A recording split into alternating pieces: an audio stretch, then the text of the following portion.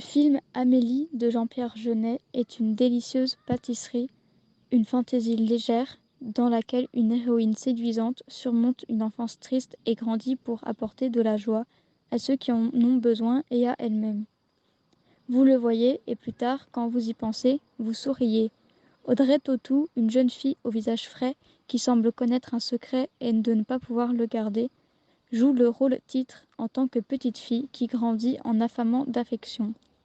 Son père, un médecin, ne lui donne ni câlin, ni baiser, et ne la touche que lors des examens, ce qui fait battre son cœur si vite qu'il la croit maladive. Sa mère meurt à la suite d'un sourd suicide réussi depuis les tours de Notre-Dame, une déclaration qui révèle moins l'intrigue que vous ne le pensez. Après cette mise à son compte, Amélie, Audrey Tautou, trouve un emploi de serveuse dans un bistrot dans le quartier de Montmartre, à Paris. Elle y séduit les habitués et travaille sous la supervision de Suzanne, Claire Morier, la propriétaire. Le 31 août 1997, Amélie, en apprenant la mort de la princesse Diana, découvre une boîte cachée dans son appartement contenant les trésors d'un garçon. Elle décide de les rendre à leur propriétaire. Avec un peu d'aide de Dufayel, Serge Merlin, un vieux peintre, elle retrouve l'homme d'âge mûr et savoure le moment larmoyant de ses retrouvailles avec le passé. Rajeunie par cet acte de bonté, Amélie se promet de faire d'autres bonnes actions.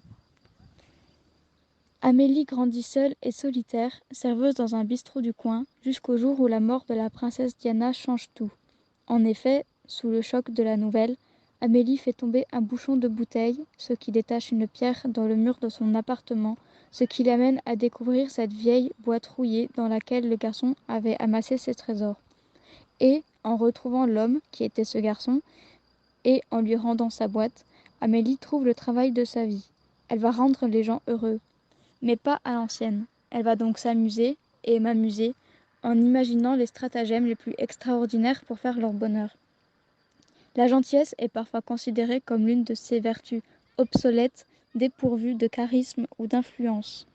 Pourtant, elle englobe des activités aussi significatives que de petites expressions d'amour, des mots d'encouragement, divers types d'étiquettes et une largesse générale. Amélie est un film français plein d'entrain, réalisé par Jean-Pierre Jeunet. Ce film plein de créativité présente le portrait inoubliable d'une femme qui fait preuve d'un talent remarquable pour la pratique spirituelle de la bonté. Dans une introduction de 10 minutes à cette délicieuse fable qui se déroule à Paris, un narrateur plein d'esprit et omniscient, André Dussolier, donne un aperçu des origines d'Amélie et des forces qui ont façonné son âme et son imagination.